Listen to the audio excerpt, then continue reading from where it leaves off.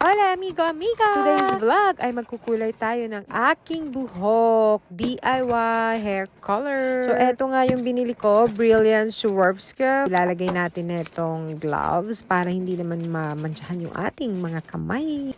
Ipaghalo na nga natin itong developer at color creamer. Etong lid na to, gagamitin natin siya pang butas. Sobrang tigas na ito guys, kaya dapat diinan nyo yung pag-squeeze para siguradong maubos itong color cream. Ayan na nga at nalagay na natin lahat. Pagkatapos nga natin ilagay ang cream, make sure i-mix natin ng mabuti. Huwag talaga natin kalimutan magsuot ng gloves guys. Ayan, lalagyan pa nga natin ng paper towel yung leeg at saka ating shoulder.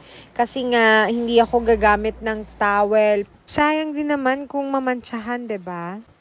Eto na nga ang aking buhok guys. Sobrang haba niya na at bumaba na talaga yung kulay. Kaya sobrang itim na netong part na ito.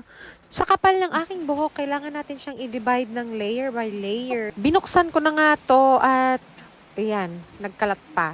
Etong part na to, ang lalagyan lang natin ng kulay kasi eto lang naman yung sobrang itim. Ginamitan ko lang siya ng suklay na ganito kaliit para naman kahit papano ma-divide yung mga kulay sa buhok ko. Kasi nga ang sobrang hirap magkulay ng mag-isa. Alam mo yung wala kang salamin sa likod. Ayan na, second layer na tayo ng aking buhok. At syempre, ulit-ulitin lang natin ng pagkulay. Ganun pa rin kung ano yung ginawa ko sa first layer. Dapat talaga natin siyang suklayin ng marami para naman siguradong magkalat yung cream. Kasi pag hindi mo siya sinuklay ng maraming beses, hindi mo alam na nag-stuck yung cream sa ibang part ng buhok mo at yung ibang part hindi makulayan. So, ayan, paulit-ulit lang yan guys. Nakakangalay talaga ng kamay magkulay ng sariling buhok. Pero, tiis ganda tayo. Nasa pangatlong layer na nga ako at talagang nangangalay na yung aking kamay. Seryosong-seryoso na nga ako dito sa pagkukulay ng aking buhok.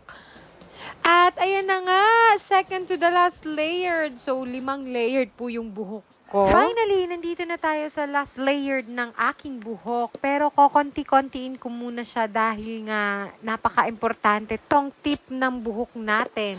Pero guys, bago nyo tong gawin, dapat alam nyo kung sensitive yung skin nyo. Kasi nga, kapag nagkulay kayo ng buhok, mapupunta talaga sa scalp yan. At sobrang hapdi niyan kapag hindi kayo sanay or sensitive yung skin nyo. Ayan, at natapos rin. Ang daming kulay ng aking noo. Kaya pupunasan natin ng basang paper towel para naman hindi tayo magmukhang Dalmatian. Habang nag-aantay tayo ng 30 minutes para mababad ang ating buhok, hindi pa nga ako nakapag-breakfast at lunch. Kaya kakain muna ako ng brunch.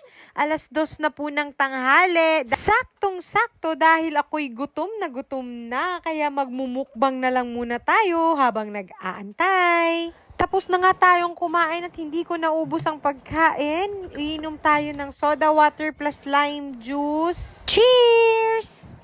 Ayan na nga guys, nakikita ko na yung brown ng aking buhok after 30 minutes na pagbabad. Eto dapat yung kalabasan. So, tapos na nga tayong magbanlaw at masaya naman ako sa result ng kulay ng buhok ko. At meron pa nga itong diamond sealed color na kailangan nating ilagay sa ating buhok after nating banlawan.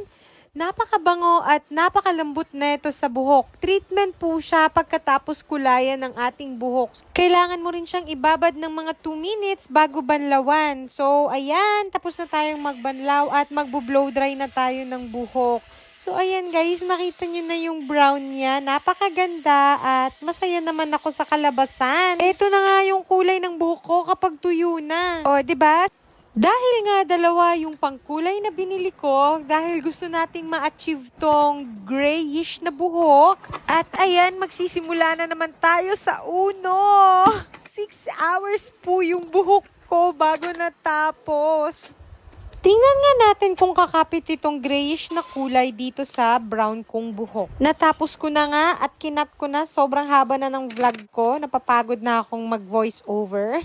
Habang nag-aantay, syempre, kakain tayo ng chocolate, panghimagas. Tapos ko na ngang banlawan at papatuyuin konti dahil ilalagay na natin yung diamond and gloss sealed.